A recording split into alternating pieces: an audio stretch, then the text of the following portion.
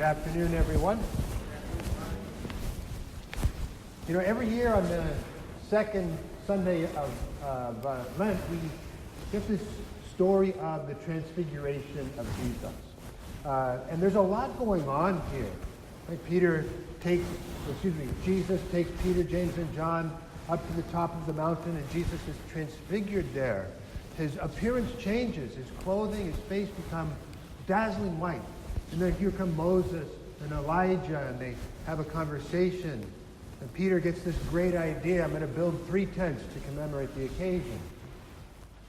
But as I was praying and reflecting on this gospel passage this past week, I found myself drawn to the words of God that we hear coming from the cloud.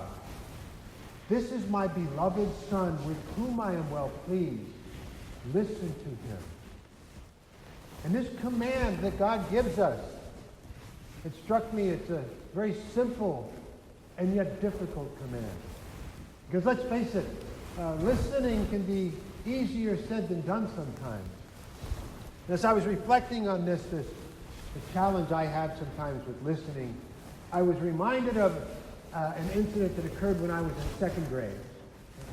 On this particular day, my mother had an afternoon appointment. And so she made arrangements for my siblings and I to go to the home of Mrs. Blackmer, our next-door neighbor, after school. And this was kind of a special treat. I was really excited about it, right? It's outside of the norm, so I could hardly wait for school to be out. It was kind of all I could think about all morning. And then after lunch that day, my teacher received a note from the school office, which turned out to be a reminder for me. And so she called to me across the classroom. She said, "Philip, your mother wants you to go to Mrs. Blackmer's house today." And my second grade mind raced. Right?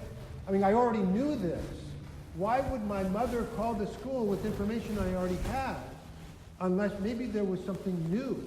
Right? And so I asked the obvious question. Do you want me to go right now? And I very clearly and distinctly heard my teacher say, "Yes, go right now." And so, with a singular focus rarely seen in a second grader, I collected my belongings.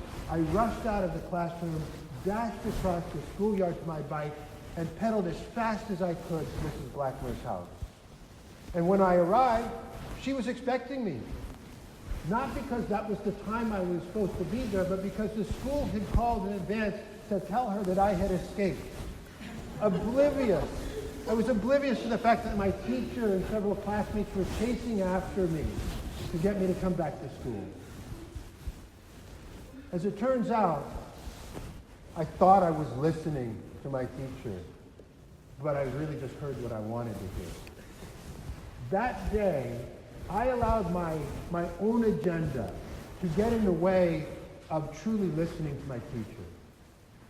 And sometimes I allow my own agenda to get in the way of truly listening to the words of Jesus. And I think that happens to all of us from time to time. It happened to the apostles. In the Gospel of Matthew, this story of the Transfiguration comes right after Jesus' first prediction of his passion. And Peter, when he hears this prediction, takes Jesus aside and rebukes him. Because this foretelling of the passion did not fit into Peter's agenda. He tells Jesus, "No, this can't happen this way." Well, of course, Jesus sets Peter straight, and we know that it was Peter who was off base, not Jesus.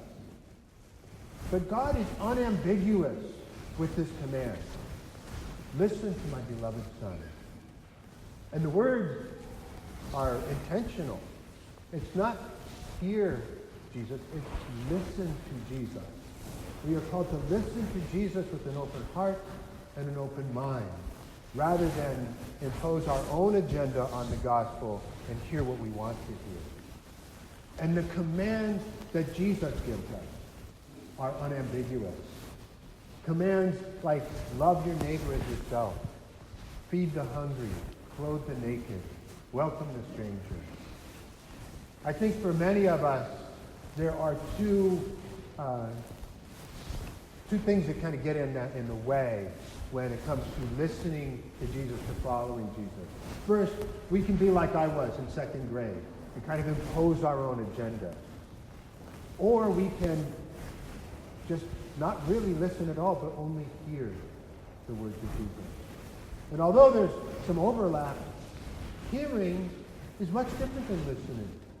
Hearing is passive, right? It's simply the result of sound waves being received and processed by our ears. But listening is active. It requires paying attention to the sounds we hear to ascertain meaning from them. But sometimes that difference between hearing and listening can become blurred. Any parent knows this. When my sons were younger, I would say to them, clean your room. And they say, yes, we will do that. Naturally, I assumed they were listening. But then the next day, when the room is just as messy as it was before, I realized, no, they were just hearing me. They weren't listening. Because listening engenders an intentional response. If my sons are really listening, they don't just say, I'll clean my room. They clean their room.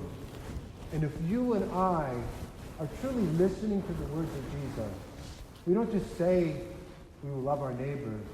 We love our neighbors. We don't just give lip service to the gospel. We put the gospel into action in our lives. That's what God means when he says, listen to my beloved son.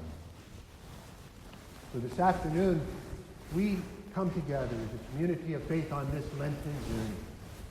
We gather to be nourished by the precious body and blood of our Lord Jesus. My prayer for all of us today is that we can set aside our own agendas and truly listen to the beloved Son of God. We can allow those sacred words of Jesus to move us to action throughout this Lenten journey and beyond.